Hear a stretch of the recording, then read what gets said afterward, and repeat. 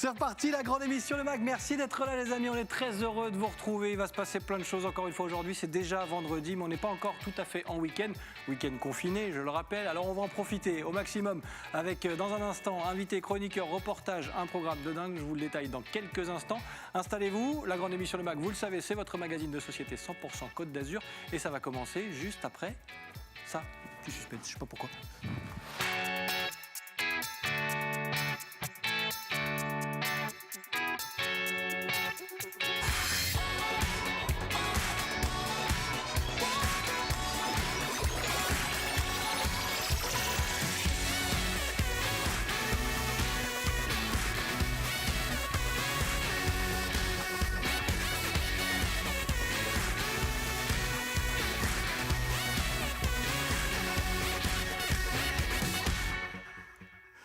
Nous sommes le vendredi 5 mars, vous regardez la grande émission Le Mag. Merci d'être avec nous, c'est un plaisir de vous accueillir encore une fois aujourd'hui puisqu'on termine la semaine avec vous. On vous amène tranquillement vers ce week-end. Confiné, certes, mais week-end quand même. Et on a plein de choses à vous dire. Il se passe plein de choses sur la Côte d'Azur. On va l'évoquer avec notre invité dans un instant. Il s'appelle Quentin, directeur et fondateur de G-Addiction, jeunesse citoyenne. On va parler aux jeunes. Aujourd'hui, vous le savez, dans la grande émission Le Mag, c'est un peu le grand écart. Hier, on était avec nos seniors. Aujourd'hui, on est avec les jeunes. Et vous le verrez, de très jolies actions. C'est ludique, c'est pratique. On apprend plein de choses. Et on a surtout beaucoup de questions à poser à Quentin, qui sera notre invité sur le plateau de la grande émission dans un instant. Le reportage de la rédaction, lui, s'adressera aux étudiantes et aux étudiants, puisqu'une coiffeuse a décidé de coiffer gratuitement les étudiants. Ils sont en difficulté en ce moment avec la crise sanitaire. Vous le verrez, très bonne idée à relayer. C'est ce qu'on fait dans la grande émission Le Mag. Vous le découvrirez grâce au reportage de la rédaction dans quelques minutes. Et puis, on finira dans la deuxième partie avec quelqu'un qu'on connaît très bien dans la grande émission. C'est Katou qui nous amène en Tunisie avec sa petite chronique Katou Vu. On avait envie de s'évader un petit peu, je le disais avant le week-end. Ce sera le cas avec elle puisqu'elle nous parlera de la Tunisie là-bas, mais aussi sur la Côte d'Azur. Il y a plein d'adresses à noter. Katou qui sera connecté à ce plateau dans la deuxième partie de l'émission. Lui, il est là, prêt, fidèle au poste. Il termine la semaine avec nous. Et ça fait une éternité que je ne vous ai pas vu, mon cher Damien. Mais tutoyez-moi, je vous en prie. C'est gentil, merci. Comment ça va, Damien? Écoute, très bien. J'ai vu que hier, oui. Il y avait Rémi pour les vieux. Oui. Personnes âgées, pardon. Oui. Et c'est mieux, pardon. On est vendredi, c'est bon. Mais oui, et aujourd'hui, on parle de jeunesse et c'est moi, donc je suis assez touché. Ouais, mais tout est calculé dans cette émission. Ah, mais j'imagine. Ouais. Bravo. Merci mais en fait, les jeunes ne pouvaient pas. Donc, le dernier qui restait, c'était toi. Vous avez pris la liste en inverse. Mais non, mais on s'est dit, comme ils travaillent dans une école, voilà, ça peut être aussi bien sympa. pensé. Il y a des têtes pensantes dans cette émission, je te le dis. Damien, merci d'être là. On va s'adresser à la jeunesse, effectivement, aujourd'hui, avec notre invité du jour. Il s'appelle Quentin. Il nous rejoint sur le plateau tout de suite.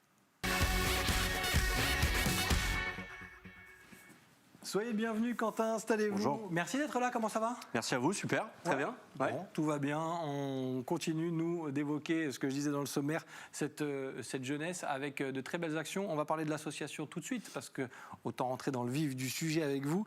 On parle de G-Addiction, jeunesse citoyenne.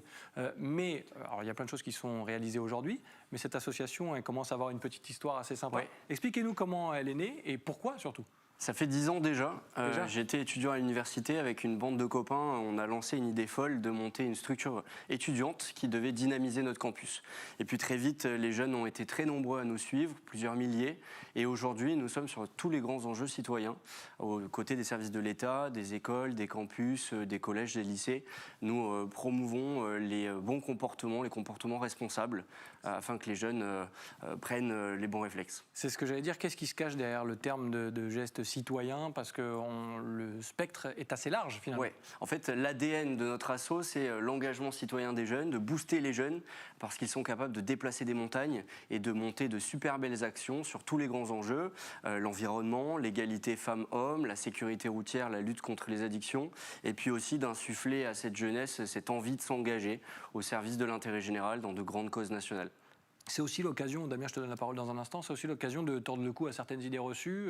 Il y a beaucoup de discours autour de cette jeunesse. Alors, elle est en difficulté en ce moment, comme beaucoup de secteurs. Mais on entend parfois que les jeunes ont du mal à se bouger, qu'on est dans une génération qui n'a pas forcément envie de faire avancer les choses. Et on se trompe complètement, alors. Pourtant, les jeunes ont une capacité folle à entraîner la société tout entière, à monter des actions dingues, à déplacer, je disais, des montagnes, à faire bouger les lignes. Et moi, j'ai au quotidien plus de 250 jeunes, dont 22 jeunes volontaires volontaires en service civique qui sont capables d'impulser de belles dynamiques, qui se lèvent tôt le matin, qui se couchent tard le soir, parce qu'ils s'engagent à fond dans de beaux projets. Et la crise sanitaire actuelle nous a montré ô combien les jeunes étaient en première ligne et capables d'aller aider la mamie voisine qui a besoin d'aller faire les courses, de monter une chaîne de solidarité. Et aujourd'hui, ce sont les jeunes qui font aussi vivre nos assos. Damien, qui travaille, je le disais, à Epitech, je n'ai pas cité le nom tout à l'heure, mais effectivement, cette jeunesse, tu la côtoies tous les jours. Tout à fait. J'imagine que D'ailleurs, je connais justement J'ai Addiction, et ils sont déjà intervenus sur le campus.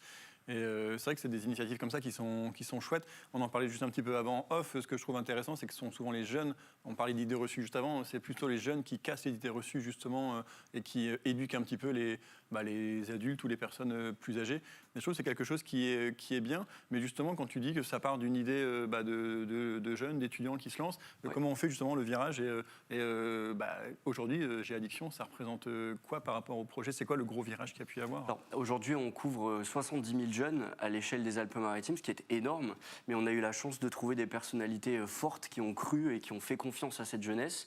On a trouvé dans les services de l'État, auprès de la préfecture, dans certaines collectivités, chez certains directeurs d'établissements, cette volonté de faire bouger les choses.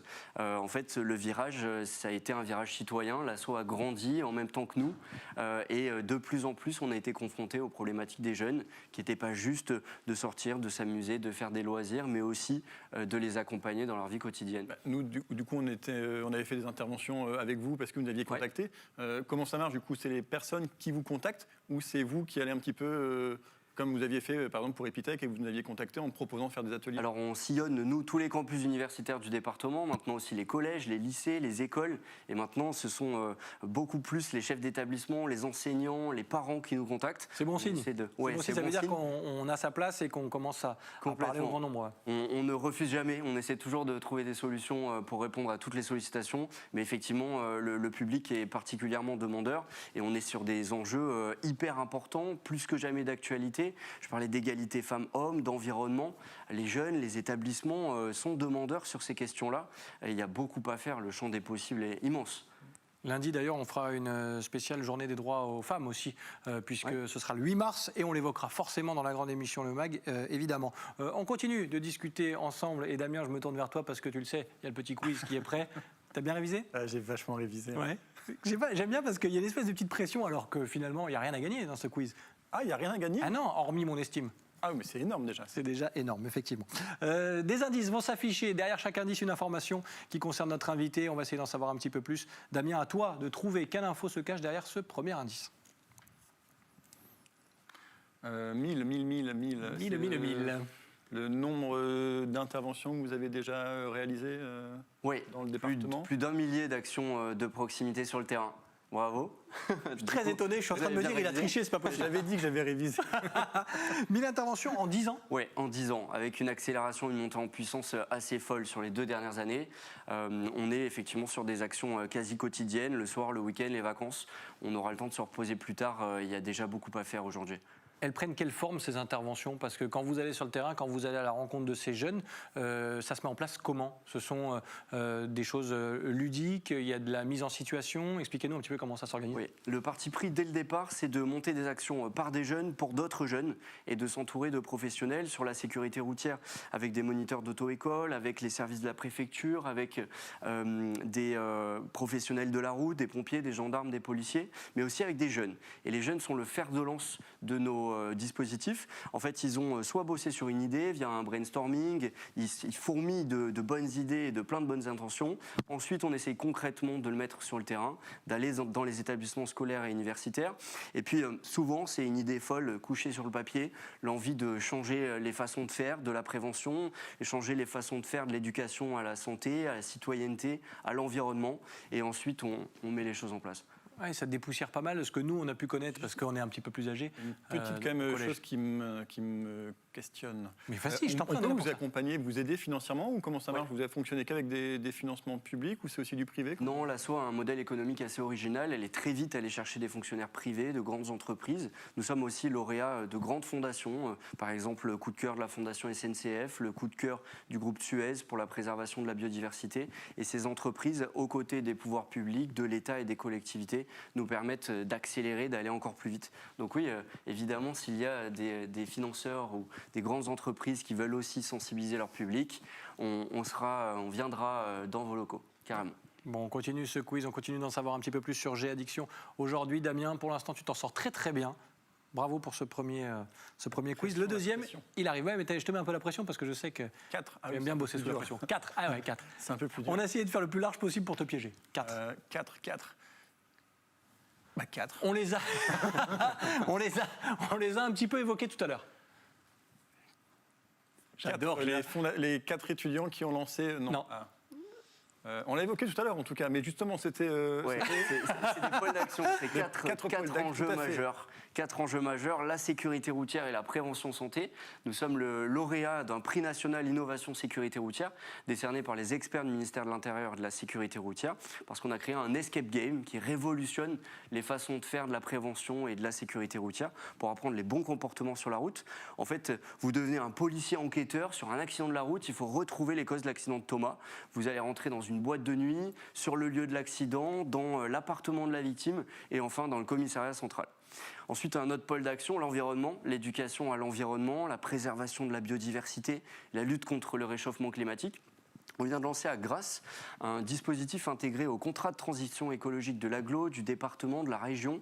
C'est un escape game qui va faire comme ça le tour du 06 et de la France, où là les jeunes deviennent des chercheurs baroudeurs missionnés par l'ONU pour constater les causes et conséquences du réchauffement climatique. Vous avez 1 heure dans une course folle contre la montre pour trouver les éco-gestes. Et c'est là où on voit l'importance aussi, on parlait tout à l'heure de mouvements, d'associations des jeunes, par les jeunes et pour les jeunes. L'idée des escape games, c'est tout trouvé parce qu'on s'adresse à une génération qui est complètement dans cet état d'esprit-là, avec un phénomène qui cartonne, l'escape game. Aujourd'hui, on allie ce côté-là, divertissement, loisir, à la prévention, au message de sécurité. Et c'est là où, à mon avis, vous avez une très bonne carte à jouer et vous l'avez bien joué. C'est une vraie gamification par rapport à la conférence qu'on pouvait voir il y a quelques années où on était assis, on écoutait quelqu'un parler du climat. C'est vrai que là, du coup, si les personnes sont en train de mettre les mains dedans et en train de jouer, c'est vrai que ça passe beaucoup plus facilement. On évite le PowerPoint et on rend le public acteur de ces messages pour qu'il s'en saisisse et pour qu'il puisse ensuite, à son humble échelle, se sentir missionné pour essayer de changer les choses. Il y a un réel intérêt pédagogique, ces dispositifs sont conformes à toutes les recommandations ministérielles, mais ils sont apportés par une équipe ultra dynamique qui veut faire les choses différemment, qui pense autrement, et c'est ce qui marche. Et moi aujourd'hui je suis missionné sur un quiz. Un quiz, j'adore quand tu dis quiz. Alors on rappelle à nos téléspectateurs que Damien vient du Nord. Du Grand Nord. Et du vrai Nord. Lille, voilà. On ne donne pas les villes à côté parce qu'elles sont imprononçables. Mais non, on vous embrasse si vous nous suivez un petit peu plus loin que la Côte d'Azur. D'où le quiz. Voilà. Mais tu t'en sors bien parce que la dernière info du quiz, on va la squeezer. Parce qu'on va en parler, bien sûr. Mais on vient de l'évoquer aussi avec Quentin. Le prix national de l'innovation. Je sais que c'est une immense fierté aussi. Et qu'après 10 ans d'existence, on se dit, ben voilà, être récompensé, être reconnu, on avance et il se passe encore plein de choses. On avance et dans le bon sens. C'est ça, surtout. C'est aussi une façon pour nous de montrer à ces jeunes qui sont capables de faire des choses dingues. Et ce prix national de l'innovation décerné par le ministère, c'est un peu la cerise sur le gâteau, c'était pas prévu. On s'est lancé dans un projet fou. En 2020, cet escape game de la sécurité routière a fait le tour de 25 départements. Vous parliez du Nord, j'étais hier dans le nord de la France, dans la région lilloise d'ailleurs. Voilà, ça doit être bien, regarde, finalement, il a encore bonne mine, tout ça, mais parce que vous n'êtes pas resté longtemps. Il est un petit peu blanc. Parce que je suis retourné à Nice très vite, même si le département du Nord est un très beau département, oui, bien sûr, on en plaisante, un beau territoire, mais en fait c'est un projet, un village de l'égalité femmes-hommes qui avait pris naissance ici à Nice et qui maintenant fait le tour aussi de ce département-là. Voilà, c'est un certain nombre de reconnaissances et elles sont de plus en plus nombreuses, de récompenses qui nous permettent aussi de donner un gros coup de boost à ces jeunes qui, lorsqu'on leur tend la main, sont capables de faire de belles choses. Et c'est pour ça qu'on parlera aussi peut-être projet dans un instant, parce que On ne va pas s'arrêter là, il va se passer encore plein de choses. Restez bien avec nous, Quentin, sur le plateau de la grande émission Le Mag. Damien, tu ne bouges pas non plus? Je bouge pas. Tu t'en es pas trop mal sorti, on va dire. J'ai le point pour la dernière question, du coup, quand même. Non, pour la dernière question, je te le donne. Ah, merci. Je te le donne. Ah non, mais merci. Vraiment parce que c'est vendredi et que voilà, on prépare le week-end ensemble. Nous, on poursuit cette émission et dans un instant, on revient et on continue de s'adresser aux jeunes, même avec le reportage de la rédaction, vous allez le voir. Et ce sujet est réalisé dans un salon de coiffure. Une coiffeuse a analysé la situation des étudiants en ce moment. Elle est compliquée, forcément, face à la crise du coronavirus. Eh bien, regardez ce sujet, une coiffeuse qui offre ses services et qui ne fait pas payer les étudiants qui viennent la voir. Regardez, et nous, on pourra même en rediscuter juste après. C'est une prise de rendez-vous un peu spéciale. Tout se fait par ce réseau social. Depuis ce lundi, la gérante de ce salon de coiffure propose un soin gratuit aux étudiants en situation de précarité. Shampoing, coupe, brushing, seule obligation, avoir une carte étudiante. Là, je prends tous les créneaux horaires des étudiants qui m'envoient avec leur disponibilité et je le note sur les agendas pour le remplir. Près d'une vingtaine de demandes, cet élan de solidarité a vite pris dans la capitale azuréenne. En moins de 4 jours, Blandine a accueilli une cinquantaine d'étudiantes. Aider les jeunes étudiants qui en ce moment sont en situation un petit peu difficile et qui, avec la crise sanitaire, n'ont plus forcément le moral. Et l'idée, c'est qu'au travers une jolie coupe de cheveux, ils puissent retrouver le moral et le sourire. Je pense que c'est très très important et c'est pour ça que nous, à notre échelle, en tant que coiffeurs, on essaye vraiment de pouvoir les motiver et leur donner ce que l'on peut au travers de notre profession. En école d'infirmière, ces 2 colocataires ont eu vent de l'opération. Quelques minutes après leur arrivée, elles repartent sourire aux lèvres et boucles sur la tête. Un moment de détente qui fait du bien pendant cette pandémie et qui fait du bien au porte-monnaie. Ça fait du bien parce que comme avec ma colocataire, en ce moment on a des problèmes financiers, donc on a du mal et ça nous fait du bien, franchement ça nous remonte le moral de se faire coiffer gratuitement, ça fait plaisir. Oui, ça fait du bien, ça donne le sourire aussi, oui. On n'est pas laissé tout seul. Une charge de travail supplémentaire, mais Blandine n'a pas hésité. Une petite respiration pour les étudiants qui permet surtout de retrouver un peu le moral. Voilà, merci à Marie Jousteau de la rédaction d'Azur TV, emmenée par, je n'ai plus d'adjectif tellement il est exceptionnel, Nicolas Gallup à la rédaction, et que vous retrouverez Nicolas Gallup comme tous les soirs du lundi au vendredi à partir de 18h30 aux côtés d'Éric Revel dans Le Grand Direct. La grande émission Le Mag, ça continue, on continue de parler de nos jeunes avec Quentin, directeur fondateur de G-Addiction Jeunesse Citoyenne et de toutes ces belles actions qu'on a évoquées. On parlera projet dans un instant, Damien est là aussi. On vient de voir un reportage consacré aux étudiants, on en parle de ces étudiants aussi depuis le début de cette émission. Très bonne initiative de cette coiffeuse et on a l'impression que la crise sanitaire a fait naître pas mal d'idées dans ce genre. Moi, j'adore ces idées-là. Enfin, c'était aussi après le but de certains de mes coups de cœur sur des émissions précédentes. Et je souligne justement cette dame coiffeuse. Et également, sur Nice, rue Tournetil-l'Escarène, il y a une épicerie végétale qui a ouvert vers décembre. Yasmine, qui a ouvert Cabane du 12. Et elle a mis en place des plateaux, en fait, repas pour les étudiants. C'est pareil, c'est le plateau qu'elle offre. De mémoire, elle fait ça avec Jean de la Tomate, qui est en face dans la rue. Et ils offrent justement, ils ont un nombre de plateaux selon les choses qu'il en reste. Et ils proposent à des étudiants, il y a une liste d'attente, on s'inscrit et on peut bénéficier justement de ces plateaux-là. Et je trouve que c'est bien, c'est qu'il y a plein d'initiatives comme ça qui ont émergé, comme tu dis. Et on se rend compte que cette période-là, vraiment, elle permet de faire naître des belles choses. Et il y a quand même du bon dans la situation un petit peu compliquée qu'on vit actuellement. Quentin, qu'est-ce qu'elle a changé, cette situation, pour vous ?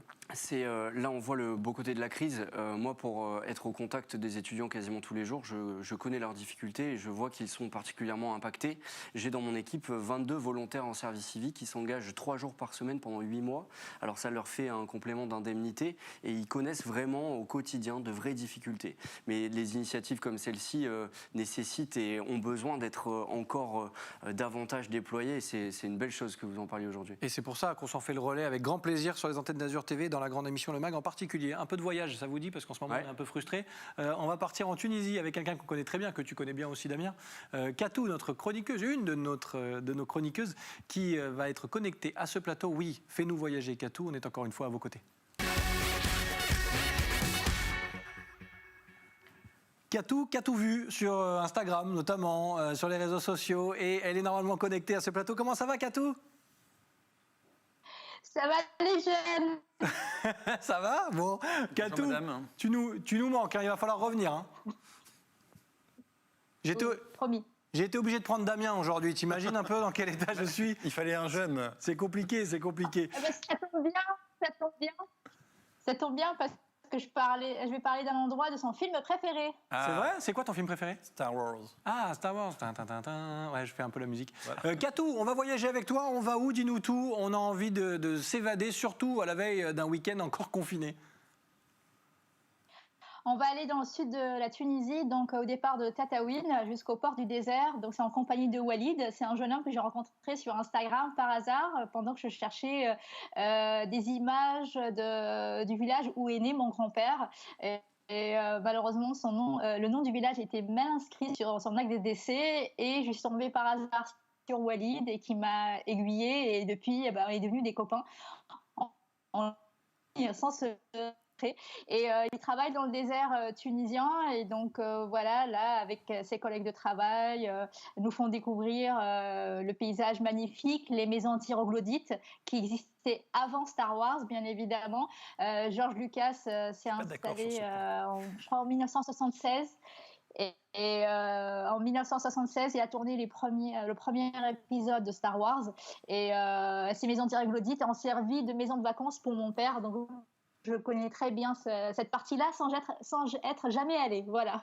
Ouais, mais c'est aussi ça, la magie aussi, tu le disais, hein, tu as sympathisé avec quelqu'un que tu n'as jamais vu, la magie des réseaux sociaux. Katou, on voyage aussi là avec de belles images, la Tunisie c'est une chose. Est-ce qu'on peut retrouver un peu de Tunisie sur notre Côte d'Azur à nous? Oui. Alors, j'ai deux adresses pour manger les meilleurs beignets tunisiens. Donc, c'est à 10h du matin et à 16h à emporter, bien évidemment. Donc, vous avez Sidi Boussaïd qui se trouve au 26 rue de Paris à Nice.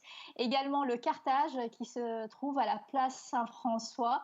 Et si vous voulez des vraies pâtisseries tunisiennes, je vous conseille la boulangerie La Rose des Sables qui se trouve à la rue Barbéris, au 68 rue Barbéris. Voilà. Sinon, on peut venir chez toi aussi. C'est ce que j'allais dire. C'est la meilleure adresse pour manger tunisien. Aussi, aussi. Oui, c'est vrai. Mais vous avez aussi quelques recettes sur mon blog touristissimo.com pour faire la shakshuka, pour faire les makrouds. C'est une recette pour les débutants, donc c'est vraiment très facile. Mais c'est vrai, je cuisine aussi très bien tunisien. Donc, si vous voulez nous envoyer un message en privé, je livre. Parfait, nous aussi on enverra un petit message à Katou aussi. On a mangé l'autre fois, elle nous a ramené des makrouds, c'est vrai. Katou, un makroud, 2809 calories. Voilà, j'ai pas mangé pendant 4 jours. Merci beaucoup Katou, c'était un plaisir de voyager avec toi et j'espère que je te retrouverai vite en plateau ici avec nous pour la grande émission Le Mag. Mais c'était déjà très sympa de pouvoir voyager, je le disais avant ce petit week-end confiné. Ça fait du bien de voir de belles images et de sourire un peu, de s'évader. Merci Katou, à très vite. Avec plaisir, ciao. Ah, ciao, merci Katou. Bah voilà, ça fait du bien, on voyage un petit peu, on est un peu frustré. Et sur son blog, il y a vraiment des bons guides de voyage, il y a vraiment des bonnes adresses, c'est vraiment pas mal. Touristissimo. Tout ça, Touristissimo. Touristissimo, t'as vu? On dit bien. Hein. Avant de terminer cette émission, nous, on va donner 2-3 infos parce qu'on va parler projet aussi. Quentin, on revient à cette jeunesse et à G-Addiction, jeunesse citoyenne, parce que j'imagine qu'on a évoqué tout ce qui se faisait, tout ce qui a été fait, tout ce qui se fait en ce moment. J'imagine que vous n'allez pas vous arrêter là. Non, on a encore beaucoup de boulot. Et, dès la semaine prochaine, on redonne une nouvelle impulsion à un programme qu'on a lancé avec l'assurance maladie. En fait, on va dépister les caries de plus de 1000 enfants dans notre département, issus de quartiers populaires, prioritaires, politiques de la ville, dont les parents sont souvent des familles modestes. Et du coup, nos dentistes, super dentistes, viennent dépister les caries de ces enfants. On offre un kit avec une brosse à dents à chacun d'entre eux et on leur explique la nécessité de prendre soin de sa santé. Ce sont des enfants de CP dans plus d'une cinquantaine de classes différentes. On bosse beaucoup avec les enseignants et c'est l'occasion pour nous de leur rappeler à quel point la santé est importante. Et dans le contexte sanitaire actuel, on s'en rend bien compte. Oui, il y a encore pas mal de boulot, mais en tout cas, vous êtes sur le bon chemin, on va dire ça comme ça. Oui. Parce qu'il y a de plus en plus d'oreilles attentives aussi peut-être. Exactement. Alors ça fait déjà 10 ans que l'asso porte les questions de prévention santé et ne cesse d'expliquer, de réexpliquer à quel point c'est important. Mais effectivement, le contexte nous permet d'avoir une oreille encore plus attentive. Et on vous suit comment ? Sur les réseaux ? Sur les réseaux sociaux, Facebook, Twitter, Instagram, Snap et tous les autres. Et sur Internet également. C'est incroyable. Très présent sur Internet. Vous avez aussi une ligne téléphonique. Minitel ? Non, pas le Minitel. Minitel. Il m'a sorti le Minitel. Non, Mais non, magique. on est en train de passer à TikTok. Voilà, on essaie d'être plus au bout du jour. Non, j'ai essayé. J'ai eu des problèmes. Voilà, TikTok, je ne comprends pas, je suis beaucoup trop vieux. 8 heures par jour, du coup j'ai dit j'arrête TikTok. Sur TikTok? Ah mais c'était fou. Pendant le confinement 1, je me suis abonné à TikTok et je passais. Mais il faut pas des faire ça, heures et malheureux. des heures. Mais il faut pas faire ça. J'ai essayé de faire les challenges. Ah oui? Bon, écoute, on en fera ensemble si tu veux. Mais Ok. je suis un peu largué. Tu m'as fait danser sur Bim Bam Boum, je te Je rappelle. t'ai fait danser sur Bim Bam Toi de Carla, effectivement. Ouais, et on a les images tout de suite. Non, on ne les remettra pas. Merci beaucoup, Quentin, d'avoir passé Merci ce à moment vous. avec nous. C'était un plaisir d'évoquer cette association et surtout tous vos projets, toutes vos idées que vous avez réussi à mettre en place. On va continuer de vous suivre parce qu'on le fait régulièrement sur les antennes d'Azur TV. Damien, le petit dessin de Rémi Molinari avant de finir, qui réagit à l'actu comme chaque jour. Il le fait encore une fois aujourd'hui. Regardez son dessin du jour au voleur. On a piqué ma bagnole. Oui, mais avec quel vaccin? Il est un peu bloqué, notre ami policier en ce moment. Oui, vaccin, piqûre. Ça fait parler, ça fait réagir surtout Rémi Molinari, caricaturiste, qui nous envoie donc un petit dessin chaque jour. Merci à lui. On a déjà terminé cette émission. Merci encore une fois, Quentin. Merci à vous. D'avoir passé ce moment avec nous. Merci, Damien. Merci beaucoup. Tu reviens quand tu veux.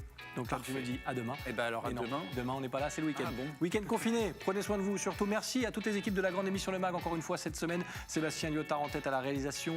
Merci à Théo Sarfati au son, Ilan Dehé pour l'image aussi. Merci à Fabrice Justo à la prod et Anne-Claire Ilion, bien sûr, à la Et production. Merci à Sébastien Serrano. Ah oui, bien sûr, évidemment. Bon, non, mais moi, tu sais, je suis là, je suis un saltimbanque. Je viens et puis je repars. Merci, Damien, en tout cas. Merci de votre fidélité. Prenez soin de vous, passez un très bon week-end confiné et on se retrouve lundi pour la grande émission Le Mag. Bye bye.